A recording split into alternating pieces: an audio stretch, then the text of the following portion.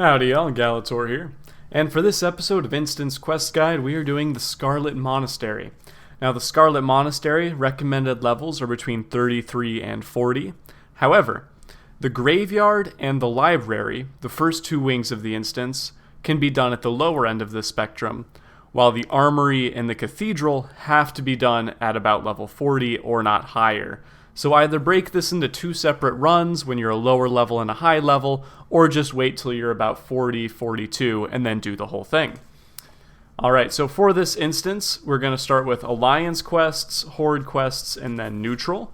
So there are going to be 2 Alliance quests, and 4 Horde quests, and 1 class quest, though no neutral ones. The first Alliance quest you're going to pick up is Mythology of the Titans. You'll get this quest from Librarian May Paledust in Ironforge, and he wants you to collect the book Mythology of the Titans, which is found within the Military Ward, the second part of the instance. For this quest, you will get a neck piece. The second and final quest you'll pick up as an Alliance is called Brother Anton. You'll get this quest from Brother Crowley, located within the Stormwind Cathedral. This quest is to go find Brother Anton at Nigel's Point in Desolace. Upon arriving at Brother Anton, he will give you the quest Down the Scarlet Path, which is to kill 30 undead Ravagers located in the Valley of Bones, here. After completing this, you'll get another quest called Down the Scarlet Path from Brother Anton, and this is to take a letter of commendation to Rayleigh the Devout, located within Southshore. Upon arriving with him, he will give you the quest In the Name of the Light. This quest is to kill 4 bosses located with the instance. They are each in one of the wards except the Graveyard, which is the first ward of the Scarlet Monastery. For this quest, you will either get a one-handed sword, an offhand, a dagger, or a two-handed axe. Alright, if you're Horde, the first quest you're going to pick up is Into the Scarlet Monastery, from Vera Mathras, located within the Undercity, here. He wants you to kill 3 bosses, which are located in all 3 of the wings other than the Graveyard. For this quest, you will get either a neck, an offhand, or a one-handed sword. The second Horde quest is called Hearts of Zeal. You'll pick this up from Master Apothecary Farinel within the Undercity. Now you can only complete this quest if you've already completed Going Guano, which is part of Razorfen Crawl's questline. I'll put a link to that above.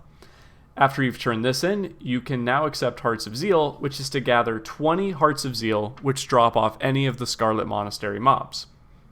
The third Horde quest has a bit of a chain. So it begins with Test of Faith, with Dorn Planestrider, located within the Thousand Needles.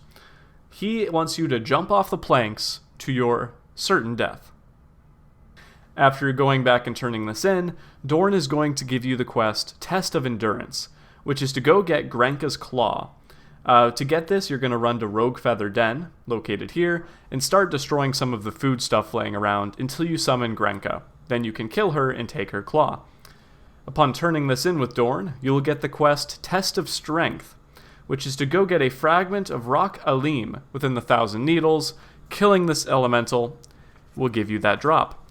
Upon returning to Dorn, you will get the quest Test of Lore, which is to find Brog Dim Spirit along Talon Deep Path, located here. When you arrive at Brog, he will give you another quest, Test of Lore, and he wants you to find Legacy of the Aspects, which you can find in Dor Daniel in Ashenvale. Once you collect this and return it to Brog, you will have to answer his question correctly. Hint, the correct answer is Neltharion. He will give you another quest called Test of Lore, which is to go find Parkwall Fentalis within the Undercity. Upon arriving at Parkwall, you will get the quest to go get the beginnings of the undead threat. Now this is located within the Scarlet Monastery in the library, and I'll show you where this is later. Once you've completed the dungeon and turned in this quest chain, follow it out to the end to receive either this one-handed mace or this wand. The fourth and final Horde quest is only available to Horde characters that are not undead, in order to keep true to the storyline. So this quest is called Canbendiam of the Fallen, and you'll get this from Sage Truthseeker within Thunder Bluff. He wants you to go collect the book Compendium of the Fallen, which is a book about the Forsaken, and it's located within the library of the Scarlet Monastery. For this quest, you will either get a shield, another shield, or an offhanded weapon. Now, for neutral quests, there's only one, and it's class-specific. It is for mages.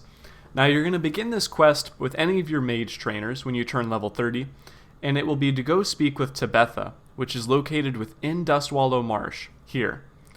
Once you reach Tabetha, you will receive the quest Hidden Secrets, which is to go find Magus Tirth on the Shimmering Flats. When you arrive at Magus, you'll get the quest Get the Scoop, which is to find the phrase for the strongbox he's trying to open. To do this, you're going to have to find a chicken running around the raceways named Plucky Johnson and type in /beckon in order to turn it back into a mage.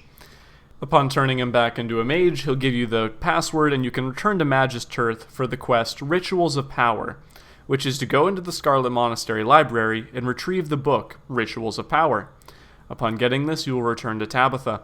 Now Tabetha will complete construction of your wand, and you will get a mage wand, which will either increase your fire, arcane, or frost spells. Alright, so now you're ready to begin the instance. It's located here on the map in the Undead Starting Zone, and if you're on a PvP realm, good luck. Alright, so you'll notice a trend here.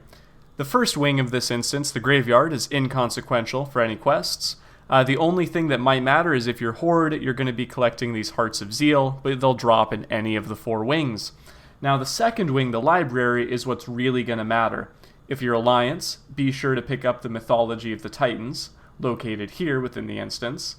And if you're Horde, you're going to want to be sure to pick up Beginnings of the Undead Threat, as well as Canbendiam of the Fallen in the instance. And Mages will also want to pick up Rituals of Power, located here. So all of these books are located within the library. It's almost the only section of this instance that matters for doing quests. The only other quest that requires an actual kill is the Alliance and Horde kill quests. And you'll have to first kill the Houndmaster Loxi, located within the library. And then, upon progressing to the armory, you will kill Herod, the Scarlet Champion. And then within the Cathedral, you will have to kill High Inquisitor Whitemane, as well as Scarlet Commander Mograine. And that's it. You've now completed every quest for the Scarlet Monastery. Alright, thank you for watching, like and subscribe, and until next time, au revoir.